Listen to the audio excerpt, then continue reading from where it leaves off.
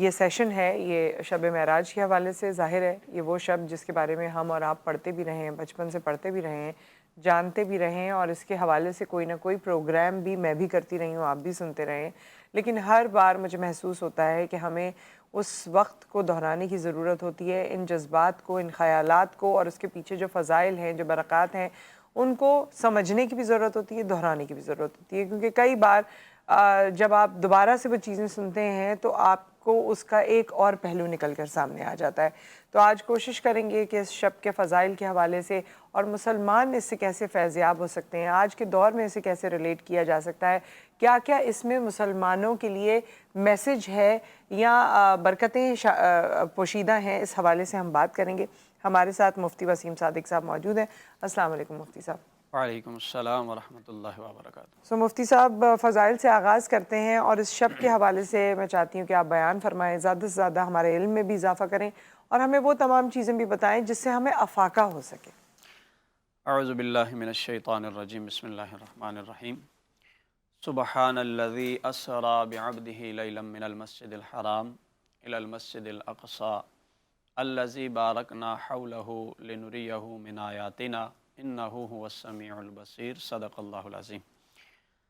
سب سے پہلے تو بنیادی طور پر ہم سب کو یہ جاننا چاہیے کہ اللہ رب العالمین نے اپنے پیارے محبوب صلی اللہ علیہ وآلہ وسلم کو بے شمار معجزات عطا فرمائے، اور ان معجزات میں سے خاص معجزہ جو کہ آپ کے خصائص میں آتا ہے وہ یہ شب معراج کا عظیم الشان واقعہ ہے. خصائص کا مطلب یہ ہوتا ہے کہ نبی علیہ السلام اور دیگر انبیاء علیہ السلام کو بہت سے معجزات عطا کیے گئے، اور خصائص وہ معجزات کہلاتے ہیں جو صرف اور صرف نبی علیہ السلام کی شان کا حصہ ہیں. آپ کے علاوہ کسی اور کو یہ مقام اور فضیلت نہیں عطا فرمائی گئی. اس رات میں ہوا کیا کہ نبی علیہ السلام مسجد حرام سے مسجد اقصی تشریف لے جاتے ہیں. حضرت جبرائیل علیہ السلام آپ کے ساتھ ہیں. وہاں پر سارے انبیاء علیہ السلام کو اللہ نے جمع فرمایا، اور نبی علیہ السلام نے تمام انبیاء کی امامت فرمائی، تمام انبیاء کو نماز پڑھائی. اور وہ جو امام الانبیاء آپ کا لقب ہے اس کا عملی طور پر جو ہے وہ ایک تجربہ یا مشاہدہ اس صورت میں مسجد اقصی میں ظاہر ہو گیا. پھر نبی علیہ السلام دوسرے مرحلے میں وہاں سے آسمانوں پر تشریف لے جاتے ہیں. پہلے آسمان، دوسرے آسمان، اس میں بہت تفصیل ہے، دیگر انبیاء سے ملاقاتیں ہیں، یہاں تک کہ آپ 7ویں آسمان کو کراس کرتے ہیں اور سدرۃ المنتہا پر پہنچتے ہیں. 7ویں آسمان کے بعد یہ وہ مقام ہے کہ جس کو ہر چیز کی انتہا قرار دیا گیا. سدرۃ المنتہا کا مطلب یہ ہے، منتہا انتہا کو بولتے ہیں، اور انتہا کا مطلب یہ ہے کہ یہاں پر تمام مخلوقات کی جانے کی حد ہے. یعنی یہاں سے آگے منتہا سے نیچے جتنی مخلوقات موجود ہیں وہ یہاں سے اوپر نہیں جا سکتی. یہ ایک بارڈر لائن ہے، اس لیے اس کو منتہا قرار دیا. اور اس مقام پر حضرت جبرائیل علیہ السلام چونکہ آپ کے سفر میں ساتھ شریک تھے، یہاں پر آپ نے عرض کی کہ اب یہاں سے آگے آپ اکیلے تشریف لے جائیں گے، میں یہاں سے آگے نہیں جا سکتا کیونکہ یہ بارڈر لائن ہے، اور اگر میں اسے کراس کرتا ہوں تو میرے پر جل جائیں گے. اللہ کا جو نور ہے، اس کا جو جلوہ ہے، اس وجہ سے. تو سفر کی اگلی منزل جو شروع ہوتی ہے وہ سدرۃ المنتہا سے اوپر کی ہے کہ آپ آگے تشریف لے جاتے ہیں. پھر عرش معلیٰ ہے، اور اس کے بعد نہ جانے پھر کون کون سے راز ہیں جہاں اللہ کی بارگاہ میں ملاقاتیں ہیں. اب یہ اس سفر کا ایک حصہ ہے جو کہ نبی علیہ السلام کی شان، آپ کے فضائل اور کمالات پر دلالت کرتا ہے کہ آپ تمام حدود کراس کر کے لا مقام تشریف لے گئے. اور اس سفر کا جو دوسرا پہلو ہے وہ یہ ہے کہ آپ نے بہت سے تجربات، بہت سے مشاہدات اور بہت ساری چیزوں کو دیکھا جس کا اللہ نے قرآن میں ذکر کیا ہے لِنُرِيَهُ مِنْ آیاتنا، کہ یہ سفر معراج ہم نے اس لیے کروایا تاکہ ہم اپنی بعض نشانیاں دکھائیں. وہ جو بعض نشانیوں کا تذکرہ ہے وہ نبی علیہ السلام واپس جب تشریف لائے تو امت کے سامنے بھی رکھا، اور اس میں ہمارے لیے رہنمائی ہے، اس میں ہمارے لیے تعلیم ہے، اور وہ یقیناً ہمارے لیے بہت فائدہ مند بھی ہے. اچھا، میں یہاں پر آپ کے فضائل کے حوالے سے سفر معراج میں کچھ آج کے دور کی ٹیکنالوجی کے تناظر میں کچھ باتیں عرض کرنا چاہوں گا، کیونکہ بہت سارے لوگ مادی دنیا پر اتنا یقین رکھتے ہیں کہ وہ اس بنیاد پر بعض دفعہ ان چیزوں کے اوپر شکوک اور شبہات کا بھی اظہار کر بیٹھتے ہیں. حالانکہ عظیم سائنٹسٹ آئنسٹائن کا یہ کہنا ہے کہ ہم نے ابھی تک جو ٹیکنالوجی کے ذریعے حاصل کیا، یہ جتنا علم ہمارے پاس آ چکا، انہوں نے اس کو تشبیہ دی ہے کہ اس کی مثال ایسی ہے جیسے کوئی شخص سمندر کے کنارے کھڑا ہے اور اسے ایک سیپی مل جاتی ہے، ایک موتی مل جاتا ہے، اور وہ اتنا خوش ہو رہا ہے، حالانکہ سمندر کی گہرائیوں میں اور کیا کچھ ہے وہ نہیں جانتا ہے۔ سو انسان کے علم کی بھی یہی بات ہے، اور اللہ نے خود قرآن میں فرمایا ہے کہ تمہیں بہت کم علم عطا کیا گیا ہے۔ اس لیے نبی علیہ السلام کا یہ عظیم الشان معجزہ، جو کہ ہماری عقل پر تو نہیں بیٹھ سکتا چونکہ عقل سے ماورا بات ہے، لیکن آج جو ٹیکنالوجی ہمارے پاس آ چکی، اس کے تناظر میں یہ یقیناً سمجھ سکتے ہیں کہ اللہ نے آپ کو کتنی قوت اور طاقت عطا فرمائی ہے۔ کیونکہ ابھی دیکھیں جتنی ہماری اس کائنات کو ٹیکنالوجی کی مدد سے آبزرو کر لیا گیا ہے، وہ تقریباً 94 بلین لائٹ ایئرز، یعنی 94 کھرب نوری سال کی دوری تک محیط جو کائنات ہے، وہ جیسے ہبل کے ذریعے، پھر جیمز ویب کے ذریعے، مختلف ٹیکنالوجی سے ہم اس کا مشاہدہ کر چکے ہیں، یعنی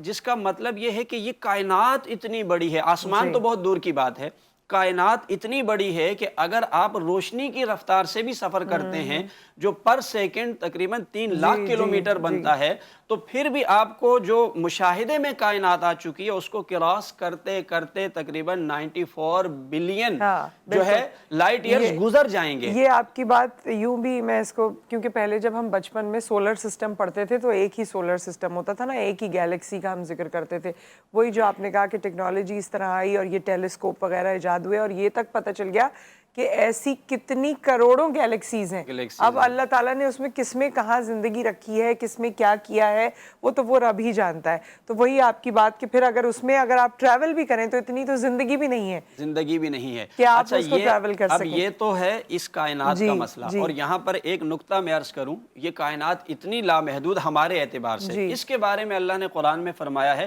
متاع قلیل، یعنی اس کائنات کو قلیل قرار دیا ہے، چھوٹا قرار دیا، اور اللہ نے اپنے محبوب کے بارے میں قرآن میں فرمایا وَكَانَ فَضْلُ اللَّهِ عَلَيْكَ عَظِيمًا، یعنی وہاں قلیل کا لفظ نہیں ہے، وہاں عظیم کا لفظ ہے کہ آپ پر اللہ کا جو فضل ہے وہ عظیم ہے۔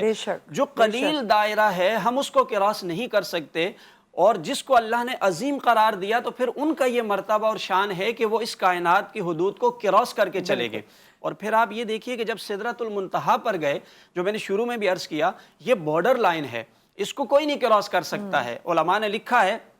کہ مخلوق اس کے نیچے بھی ہے اور مخلوق اس کے اوپر بھی ہے، یعنی فرشتے موجود ہیں، لیکن اوپر کی مخلوق نیچے نہیں آ سکتی کیونکہ اس کو بارڈر لائن قرار دیا، اور نیچے والی اوپر نہیں جا سکتی۔ اس سے ہمارے علماء نے ایک ضابطہ بیان کیا کہ اللہ نے ہر ایک کے لیے ایک حد بھی مقرر فرمائی ہے۔ کائنات میں اللہ نے کسی کو لامحدود نہیں رکھا ہے، اگر لامحدود رکھا ہے تو وہ صرف اپنے محبوب کو رکھا ہے کہ آپ اس بارڈر لائن کو کراس کر جاتے ہیں، جس سے یہ بتا دیا گیا کہ اس بارڈر لائن سے نیچے جتنی اللہ کی مخلوق ہے ان میں آپ جیسا کوئی نہیں ہے، کیونکہ آپ نے اس کو کراس کیا ہے۔ پھر جب آپ اوپر تشریف لے گئے تو واپس بھی آ گئے، اس سے یہ بتا دیا گیا کہ اوپر کے جو فرشتے ہیں، اگر کوئی سمجھے کہ جو عرش معلیٰ کی ڈیوٹی پر مامور ہیں شاید وہ بہت افضل ہوں گے، لیکن وہ حضور سے افضل نہیں ہیں، اس لیے کہ وہ بھی اس بارڈر لائن سے نیچے نہیں آ سکتے، آپ واپس تشریف لے آئے ہیں۔ تو اللہ نے اپنے محبوب کو لامحدود رکھا، لامقامے بلایا، اور ان تمام چیزوں کا مشاہدہ کروا دیا جو کائنات میں کسی کے لیے نہیں تھا۔ یہاں پر آپ کی پوری جو جسم اطہر ہے اس کے کمالات تو بہت ہیں کہ آپ نے اتنا لمبا سفر کیا۔ میں صرف یہاں پر آپ کی آنکھ مبارک کا ذکر کروں کہ آپ کے اس بدن مبارک میں صرف آنکھ کا ایک مشاہدہ اور تجربہ آپ دیکھیے، اللہ نے ہماری آنکھ کے دیکھنے کے لیے ایک جو صلاحیت رکھی ہے اس کی ایک خاص لمٹ ہے۔ پھر دیکھنے کے لیے کسی روشنی والی چیز کو بھی دیکھتے ہیں، اس کی بھی خاص لمٹ ہے، پھر دور تک دیکھنے کے لیے بھی ایک خاص لمٹ رکھی ہے۔ لیکن اللہ نے اپنے محبوب کی آنکھ میں یہ کمال رکھا ہے کہ انہوں نے وہ جلوہ دیکھا ہے جو آنکھ نہیں دیکھ سکتی ہے، کیونکہ یہ بات طے شدہ ہے کہ رب کا جلوہ انسان کی آنکھ نہیں دیکھ سکتی ہے، اس لیے اللہ نے اس کا کہیں نہ کہیں کوئی تجربہ دنیا میں دکھایا تاکہ لوگوں کو اندازہ ہو جائے۔ جس طرح حضرت موسیٰ علیہ السلام کے دور میں واقعہ پیش آیا کہ وہاں کے امتی کہنے لگے ہم اللہ کو دیکھنا چاہتے ہیں، تو اللہ تعالیٰ نے ایک چھوٹا سا جلوہ فرمایا تو کوہ طور ہی جل گیا،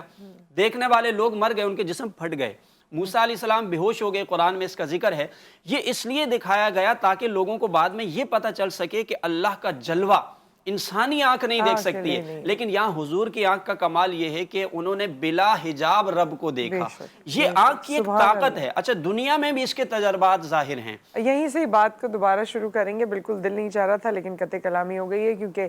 بریک یہاں پر آ گیا، بریک کے بعد واپس آتے ہیں اور یہاں سے کنٹینیو کرتے ہیں۔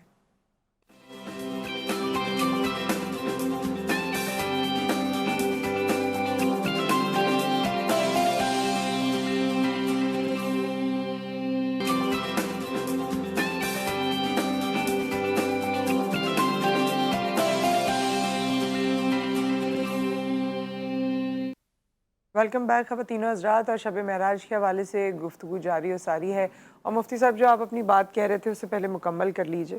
جی ہاں، میں یہ عرض کر رہا تھا کہ نبی علیہ السلام کی آنکھ کا یہ کمال ہے، یہ آپ کا معجزہ ہے کہ اللہ نے آپ کی آنکھ کو وہ طاقت عطا ہاں فرمائی بالکل،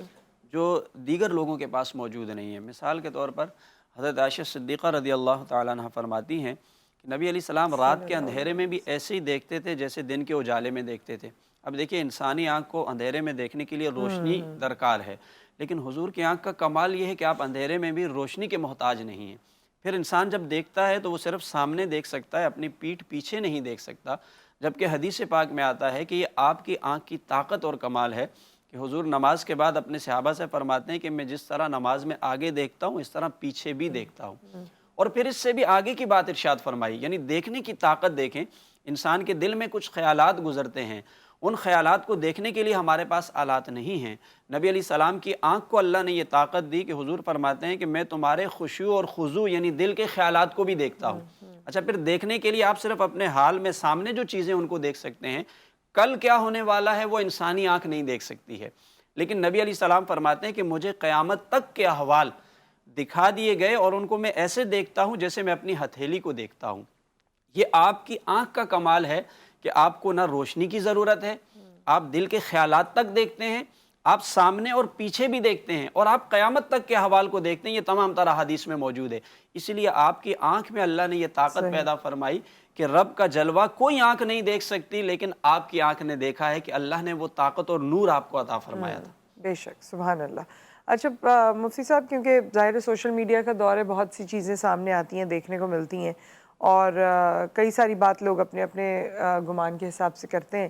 تو یہ بھی کہیں ہم نے دیکھا ہے کہ لوگ کہتے ہیں سوشل میڈیا پہ کہ جی یہ اس واقعے میں اس طرح سے حقیقت یوں نہیں ہے کہ نبی صلی اللہ علیہ وآلہ وسلم نے یہ ان کا خواب تھا اور یہ منازل انہوں نے اپنے خواب میں طے کی تھی، تو اس حوالے سے آپ کیا بتانا چاہیں گے؟ دیکھیے، پہلی بات تو یہ ذہن میں رکھنی چاہیے کہ جب ہم کہتے ہیں کہ معجزہ، تو معجزہ تو ہوتا ہی وہ ہے جو عقل میں نہ ہاں، عقل سے آئے۔ باہر لہٰذا ہو۔ اگر کوئی شخص اس کو اپنی عقل پر پرکھ کر دیکھنا چاہے گا تو وہ ناکام رہے گا، اسے کوئی اس کا جواب نہیں ملے گا، اس لیے کہ انسانی عقل سے ماوراء بات ہے یہ معجزہ۔ دوسرا، جہاں تک تعلق اس بات کا ہے کہ یہ خواب کا واقعہ ہے، تو قرآن نے تو اس کو خواب کے طور پر ذکر ہی نہیں کیا ہے، کیونکہ ہماری دلیل تو قرآن سے ہے نا، احادیث سے ہے۔ جو سورہ بنی اسرائیل کی پہلی آیت میں نے تلاوت کی ہے، اس میں اللہ تعالیٰ نے فرمایا سبحان الذی اسری بعبدہ۔ اب اس کا ترجمہ یہ ہے کہ پاک ہے وہ ذات جو اپنے عبد خاص کو لے گئی۔ یہاں پر جو الفاظ استعمال ہوئے ہیں وہ لفظ عبد استعمال ہوا ہے، اور عبد کا مطلب ہوتا ہے بندہ۔ اور دوسری بات یہ ہے کہ لغت کے اندر جو عربی لغات ہیں اس کے اندر لفظ عبد کا اطلاق جسم اور روح دونوں پر ہوتا ہے ملا کر، یعنی کہیں پر بھی لفظ عبد کا اطلاق روح پر نہیں ہوتا، کیونکہ خواب کا مطلب تو یہ ہوگا کہ روح چلی گئی ہے اور جسم نہیں گیا ہے۔ اس لیے کہ قرآن میں جہاں پر بھی لفظ عبد کا اطلاق ہوا ہے تو وہ جسم پر ہوا ہے، اور یہاں بھی اللہ نے فرمایا بعبدہ، لہٰذا وہ جسم والی معراج ہے۔ دیکھیے، آپ ایک جگہ پر اللہ تعالیٰ نے موسیٰ علیہ السلام سے فرمایا تھا کہ میرے بندوں کو لے کر یہاں سے چلے جائیں راتوں رات، جب وہ فرعون کے مظالم سے تنگ آ گئے تو وہاں پر آتا ہے فَأَسْرِ بِعِبَادِي، کہا کہ میرے بندوں کو لے جاؤ۔ لفظ عبد آیا ہے تو ان کی روحوں کو لے جانے کا نہیں آیا، بلکہ وہ جسم کے ساتھ لے جانے کا آیا۔ اسی طرح اللہ نے قرآن میں اور بھی کئی مقامات پر فرمایا قُلْ يَا عِبَادِيَ الَّذِينَ أَسْرَفُوا عَلَىٰ أَنفُسِهِمْ لَا تَقْنَطُوا مِن رَحْمَتِ اللَّهِ، اے محبوب آپ میرے بندوں سے فرما دیجئے۔ لفظ عبد آیا یہاں پر بھی،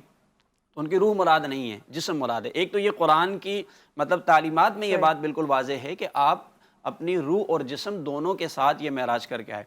اور دوسری بہت آسان سی بات ہے کہ اگر کوئی شخص یہ کہتا ہے کہ یہ خواب کا واقعہ ہے، تو بتائیے جو چیز خواب کا واقعہ ہو، جب آپ نے آ کر اسے بیان کیا تو اتنی شد و مد سے لوگ اس کا انکار کیوں کرنے لگے؟ مشرکین مکہ نے اس کا انکار کیا تھا اور کہا ایسا ہو ہی نہیں سکتا ہے، سب جمع ہو گئے۔ حضرت ابوبکر صدیق رضی اللہ تعالیٰ عنہ کے پاس چلے گئے کہ آپ ہمیشہ اپنے دوست کے بارے میں، نبی علیہ السلام کے بارے میں کہا کہ آپ ان کے بارے میں ہمیشہ ان کی طرفداری کرتے ہیں، آج تو بڑی عجیب بات کہی ہے انہوں نے۔ تو اگر یہ خواب ہوتا تو خواب کا تو انکار کوئی کرتا ہی نہیں ہے، جی کیونکہ خواب تو کوئی بھی خواب میں کہیں جا سکتا ہے۔ آپ بھی اپنا کوئی ہاں، ایسا کوئی خواب بھی بتا دیں بالکل جو جو انہونی ہے، حقیقت میں نہیں ہو سکتا ہے تو کوئی بالکل انکار نہیں کرے گا۔ بالکل تو وہ پورا معاشرہ جو کہ روایات موجود ہیں اتنی شد و مد سے نبی علیہ السلام کی اس واقعے کا انکار کرنے لگا، تو خواب کا انکار کون کرتا ہے؟ اس لیے اس کا خواب سے کوئی تعلق نہیں ہے، یہ حقیقت میں پیش آنے والا واقعہ، اور یہی معجزہ ہے نبی علیہ السلام کا۔ پھر دیکھیے قرآن میں اللہ نے جو اس کو ذکر کیا ہے، اتنی شان کے ساتھ بیان کیا ہے اس کو سورہ بنی اسرائیل میں، سورہ نجم کے اندر بھی۔ اگر یہ محض ایک خواب ہو تو اتنے اہتمام سے قرآن میں اس کو بیان کرنے کا کیا فائدہ ہے؟ یعنی یہ عظیم الشان معجزہ تھا تو تب اس کو پورے اہتمام سے بیان کیا، صحیح اور پھر نبی علیہ السلام نے بھی اس کا ذکر کیا، اور پھر یہاں تک ہوا کہ لوگ انکار کرنے لگے تو بہت سے اس کے دلائل پیش کیے گئے۔ کیونکہ واقعہ یہ بھی ملتا ہے کہ جب نبی علیہ السلام نے کہا کہ میں مسجد اقصیٰ جو ہے آج رات کو تشریف لے گیا، تو لوگوں نے کہا کہ آپ اپنی زندگی میں تو کبھی مسجد اقصیٰ گئے نہیں، کیونکہ وہیں پر آپ کی زندگی گزری تھی۔ تو وہ مسجد اقصیٰ کا سفر کرتے تھے، ان کے تجارتی قافلے جاتے تھے، تو بہت سے افراد ایسے آگے جنہوں نے مسجد اقصیٰ دیکھ رکھی تھی، انہوں نے کہا ہم ان سے کچھ سوالات کرتے ہیں، اگر انہوں نے واقعی مسجد اقصیٰ کو رات کو دیکھا ہے تو پھر پتہ چل جائے گا۔ انہوں نے نشانیاں پوچھی، علامات پوچھی، یہاں تک کہ اس کے در و دیوار سے متعلق پوچھا، اس کے دروازوں سے متعلق پوچھا، تو نبی علیہ السلام نے تمام چیزوں کے بارے میں ایک ایک بات وضاحت سے ارشاد فرما دی۔ تو پھر وہ بھی حیران ہونے لگے کہ یہ کیسے ہو سکتا ہے کہ کبھی یہ گئے تو ہے نہیں لیکن یہ مسجد اقصیٰ کا پورا نقشہ بتا رہے ہیں۔ تو اس لیے یہ نبی علیہ السلام کا ایک عظیم الشان معجزہ ہے۔ اگر یہ بات خواب تک محدود ہو تو یہ اتنا بڑا معجزہ نہ ہو۔ آپ اپنے جسم اطہر کے ساتھ تشریف لے گئے اور اللہ کی بارگاہ میں حاضری ہوئی، رب سے ملاقات ہوئی، پھر وہاں سے ہمارے لیے بہت سے تحائف بھی آئے، جیسا کہ نماز کا ایک بڑا عظیم الشان تحفہ ہمیں ملا ہے۔ تو یہ ساری چیزیں خواب کی نہیں ہیں، اگرچہ نبی کا خواب بھی ایک جو ہے معجزہ بھی ہے اور وحی بھی ہوتا ہے، لیکن یہاں خواب کا کوئی تعلق نہیں ہے، اس لیے کہ دیگر انبیاء کے خوابوں کا بھی ذکر آیا۔ اچھا، جو ہمارے تحائف ہیں ہمارے لیے، اس کا بھی ذکر آپ کر دیجئے کہ ہمارے لیے اس میں کیا سوچنا سمجھنا ہے یا تحائف ہیں۔ ایک کالر بھی ہمارے ساتھ ہیں، لیکن اس سے پہلے ایک اور چیز مجھے محسوس ہوتی ہے مفتی صاحب آپ کی گفتگو سے اور زیادہ، کہ مسجد اقصیٰ کا آپ دیکھیے کیا مقام ہے، جس طرح سے اس کا قیام ہوا اور جس طرح سے اس کی تعمیر ہوئی، پھر جس طرح معراج کے واقعے میں اب یہ ہم پورا دیکھتے ہیں، اور جہاں نبی صلی اللہ علیہ وآلہ وسلم نے باقی انبیاء کی امامت کی، تو اس کا کیا کتنا مقام ہے، اور آج کے تناظر میں آج جو کچھ ہو رہا ہے اس کے ارد گرد مسجد اقصیٰ کے، تو اس تناظر میں میرے خیال میں یہ بہت ہی ریلیونس رکھتا ہے کہ ہمیں یہ اندازہ ہو کہ آخر اس کا مقام کیا ہے۔ کالر ہمارے ساتھ ہیں، السلام علیکم۔ جی وعلیکم السلام، اور تمام عالم اسلام سب کو معراج نبی صلی اللہ علیہ وآلہ وسلم کی بہت مبارکباد۔ مولانا صاحب ماشاءاللہ انہوں نے بہت اچھی باتیں بیان کر دی، اور آپ نے بھی موجودہ عصر میں جو اس وقت حالات ہیں اس کے حوالے سے کہہ دیا۔ میرے دو سوال ہیں، ایک تو یہ کہ جو نفلی روزے ایام ابیض کے رکھے جاتے ہیں یا شب معراج شب برات پہ رکھے جاتے ہیں، اس کے حوالے سے لوگ کہتے ہیں کہ وہ تسلسل کے ساتھ تین ہوں، یعنی ایک پہلے، ایک اس دن 27 کو، ایک اس کے بعد۔ تو اگر کوئی تین نہ رکھ سکتا ہے، ایک روزہ رکھ لے، اور دوسری شب معراج کے حوالے سے خاص کوئی مخصوص، کیونکہ آپ نے نمازیں ہمیں ملی، اتنے تحائف ملے، تو استغفار کرنا ضروری زیادہ ہے یا اپنی قرآنی دعائیں، مسنون دعائیں، اپنی عبادات کے حوالے سے بھی بات کر لیں گے، اور نوافل کس وقت پڑھے جائیں، کہ تہجد میں سحری سے پہلے نفل پڑھ سکتے ہیں یا نفل پڑھ کے سو جائیں؟ ٹھیک ہے، آن ایئر بات کر لیتے ہیں، بہت شکریہ۔ جی دیکھیے، اس رات میں ایک تو انہوں نے روزوں سے متعلق سوال پوچھا، یہ ہے نفلی روزے، اس کی کوئی خاص تاکید نہیں ہے احادیث میں کہ فلاں فلاں دن روزہ رکھنا ہے اور فلاں دن نہیں رکھنا، یا ایک رکھنا ہے تو دو نہیں رکھنے، یا تین رکھنے ہیں تو دو نہیں رکھنے، ایسا کچھ بھی نہیں ہے، بلکہ یہ نفلی عبادات ہیں تمام کی تمام۔ اس لیے اگر کسی شخص کو مطلب یہ آسانی سے میسر ہے کہ وہ 27 رجب کو روزہ رکھ سکتا ہے تو 27 کو رکھ لے، ایسے آج 26 ہے، کوئی آج رکھ سکتا تھا تو آج رکھ لے، یعنی ایک روزہ بھی رکھ سکتا ہے، دو تین، جتنے اس کی طاقت ہے وہ روزے رکھ سکتا ہے، اس میں کوئی پابندی نہیں ہے۔ دوسرا، عبادات سے متعلق یہ ہے، حدیث پاک کے اندر آتا ہے، شعب الایمان کی یہ روایت ہے کہ معراج کی رات عبادت کرنا 100 سالہ عبادت کے برابر ہے، یعنی جتنے 100 سال میں بندہ عملیات کرتا ہے، اس کی اتنی فضیلت بیان کی گئی ہے، جو شب معراج میں عبادت کرتا ہے تو اس کے برابر اس کو درجہ دیا جاتا ہے، ثواب دیا جاتا ہے۔ اس لیے اس بات میں تو کوئی رائے نہیں ہے کہ کوئی یہ سمجھے کہ اس رات میں عبادت کرنے کی کوئی فضیلت نہیں ہے۔ فضیلت تو ہے، نبی علیہ السلام نے فرما دیا، اگرچہ کوئی کہیں حدیث ضعیف بھی آ جاتی ہے تو فضائل کے باب میں اسے بھی محدثین قبول کرتے ہیں۔ اس لیے اس رات میں عبادت کرنے کی بڑی فضیلت ہے، چونکہ نبی علیہ السلام معراج پر گئے ہیں، خاص اس کا موقع ہے۔ البتہ نوافل پڑھنے کا بھی ایک طریقہ بزرگان دین نے بیان فرمایا ہے، بالخصوص 12 رکعت نماز نفل پڑھنے کا انہوں نے فرمایا کہ اگر کوئی شخص اس رات میں 12 رکعت نماز نفل پڑھے، اور اس کے بعد ایک وظیفہ انہوں نے بتایا ہے کہ اگر یہ پڑھ کے دعا مانگتا ہے تو اس کی دعا ضرور قبول ہوتی ہے۔ وہ وظیفے کا طریقہ یہ ہے کہ 12 رکعت نفل رات کو پڑھ لے وہ، اور اس کے بعد یہ تسبیح ہے سبحان اللہ والحمد للہ ولا الہ الا اللہ واللہ اکبر، یہ مشہور تسبیح ہے، اس کو 100 بار پڑھنا ہے، اور اس کے بعد 100 مرتبہ استغفار پڑھنی ہے، اور 100 بار درود شریف پڑھنا ہے۔ یہ 3 تسبیحیں 100 بار ہو جائیں گی۔ اس کے بعد فرمایا جو بھی دعا مانگتا ہے تو اللہ تعالیٰ دعا قبول کرتا ہے۔ یہاں میں ایک اور وظیفہ اگر وقت ہے تو میں عرض کر دیتا ہوں، چونکہ یہ معراج ہی کے موقع پر ہوتا ہے اور یہ معراج کے خاص وظیفہ ہے اور انتہائی مجرب ہے۔ یہ ہے اولاد نرینہ کے حوالے سے۔ حضرت زکریا علیہ السلام کا قرآن میں ذکر آتا ہے کہ ان کی اولاد نہیں تھی، تو اللہ تعالیٰ نے ان کو یہ بشارت دی کہ آپ کی اولاد ہوگی، اور انہوں نے دعا مانگی تھی، رب ہب لی من لدنک ذریۃ طیبۃ انک سمیع الدعاء، کہا کہ اللہ مجھے پاکیزہ اولاد دے، بے شک تو دعا سننے والا ہے۔ تو بڑھاپے میں اللہ نے ان کو اولاد دی، اور اولاد بھی پیغمبر کی صورت میں دی، حضرت یحییٰ علیہ السلام کی صورت میں۔ تو علماء نے لکھا ہے کہ معراج کی رات میں اگر کوئی شخص، یہ 3 دن کا وظیفہ ہے جو معراج سے آج کی رات سے شروع کرنا ہے، اگر کوئی یہ 27ویں شب، پھر 28 اور 29، یہ 3 دن اگر رات عشاء کے بعد کوئی شخص اس آیت کو 100 مرتبہ پڑھتا ہے،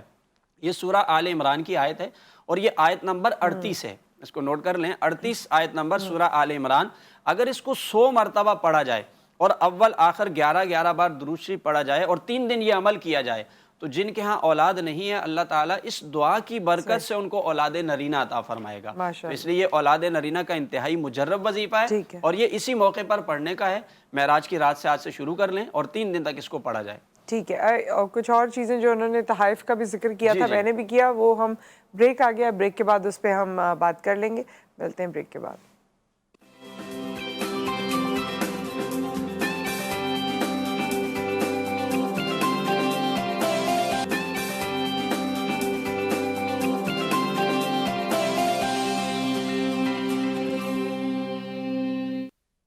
ویلکم بیک خواتین و حضرات، اور شب معراج کے حوالے سے ہم ڈسکشن کر رہے تھے۔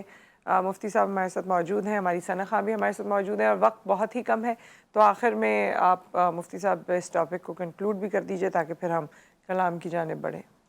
جی بالکل، آج سفر معراج پر بات ہوئی تو اس تناظر میں ایک چھوٹا سا میسج، ایک پیغام اپنی قوم کے لیے۔ نبی علیہ السلام جب اس سفر سے تشریف لائے تو چونکہ سفر عظیم الشان تھا تو وہاں سے ملنے والے تحائف بھی بہت عظیم تر ہیں۔ تو ویسے تو آپ نے بہت ساری چیزوں کو وہاں پر دیکھا، بہت سی نشانیاں دیکھی، میں صرف 2 باتیں یہاں پہ عرض کروں۔ ایک تو یہ کہ نبی علیہ السلام جو سب سے خاص تحفہ لے کر آئے تھے وہ نماز کا تحفہ تھا۔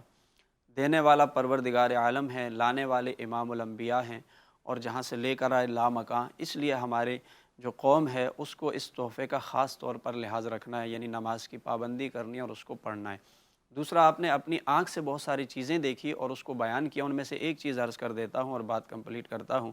جو کہ موقع کی مناسبت سے بھی ہے۔ نبی علیہ السلام نے بہت ساری چیزیں دیکھی اور امت کے سامنے بیان کیا تاکہ اس کی حقیقت واضح ہو۔ حضور فرماتے ہیں میں ایک ایسی قوم کے پاس سے گزرا شب معراج کہ میں نے دیکھا کہ ایک شخص ہے، اس کے پاس لکڑیوں کا بہت بڑا گٹھا ہے جو وہ اٹھا نہیں سکتا، بھاری ہے، لیکن وہ اس میں مزید لکڑیاں ڈالتا جا رہا ہے۔ اب ظاہر ہے یہ بہت ہی نادانی والی بات ہے کہ پہلے ہی وزن یہ نہیں اٹھا سکتا، مزید اور ڈال رہا ہے تو کیسے اٹھائے گا؟ تو جبرائیل علیہ السلام نے عرض کی کہ اللہ کے رسول آپ کو پتہ ہے یہ کون شخص ہے؟ کہا یہ آپ کی امت کا وہ شخص ہے کہ جس کے پاس پہلے سے کوئی امانت، کوئی ذمہ داری ہے اور یہ اس کو پورا نہیں کر پا رہا، اور مزید جو ہے ذمہ داریاں بھی اپنے اوپر لے رہا ہے، مزید امانتیں بھی اپنے پاس لے رہا ہے۔ تو حضور نبی علیہ السلام نے اپنی آنکھ سے دیکھ کر امت کو بتایا کہ جب کوئی امانت نہیں ادا کر سکتے، جب کوئی ذمہ داری نہیں پوری کر سکتے تو اس کو اپنے اوپر نہ لو، ورنہ پھر تم عذاب میں مبتلا ہو جاؤ گے۔ سو جیسے کل ہمارے ہاں الیکشن کی طرف ہم جا رہے ہیں تو ایک ذمہ داری وہ ہے جو کچھ لوگ لینا چاہتے ہیں، حکومت میں آنا چاہتے ہیں، اور ایک ہمارے کچھ وہ لوگ ہیں جو کسی دوسرے کو منتخب کر کے حکومت میں بٹھانا چاہتے ہیں۔ دونوں کے لیے شب معراج سے میرا یہ پیغام ہے کہ جو کسی کو منتخب کرنا چاہتے ہیں ان کے لیے بھی دیانتداری کا مظاہرہ کرنا بہت ضروری ہے، خیانت نہیں کرنی ہے، قابلیت کی بنیاد پر، میرٹ کی بنیاد پر، ذمہ داری پوری کرنے کی بنیاد پر، اہلیت کی بنیاد پر آپ کسی کو منتخب کریں، ووٹ ڈالیں، یہ آپ کے پاس امانت ہے۔ اگر آپ نے غلط شخص کا انتخاب کیا تو اللہ کی بارگاہ میں آپ مجرم ہیں، اور جو منتخب ہو جائیں گے یہ ان کے لیے مثال ہے کہ وہ اگر امانت پوری کر سکتے ہیں تو تبھی اس عہدے پر آئیں، نہیں کر سکتے تو ان کو لینا نہیں چاہیے، اور لینے کے بعد خیانت کرنی نہیں چاہیے۔ بہت بہت شکریہ، بہت ہی اچھے نوٹ پہ مفتی صاحب آپ نے اس کو یہاں مکمل کیا۔ بہت شکریہ آپ کی تشریف آوری کا۔ ہمارے ساتھ انم ابرار ہیں، ان سے ہم کلام سنیں گے۔ آپ سب اپنا خیال رکھیے، دعاؤں میں یاد رکھیے، اور دینی پس منظر اور دین میں جس طرح کہا گیا ہے وہ بھی مفتی صاحب نے آپ کو بتا دیا ہے، تو ووٹ کا استعمال جو ہے سوچ سمجھ کے اور نیک نیتی کے ساتھ کیجیے گا۔ جی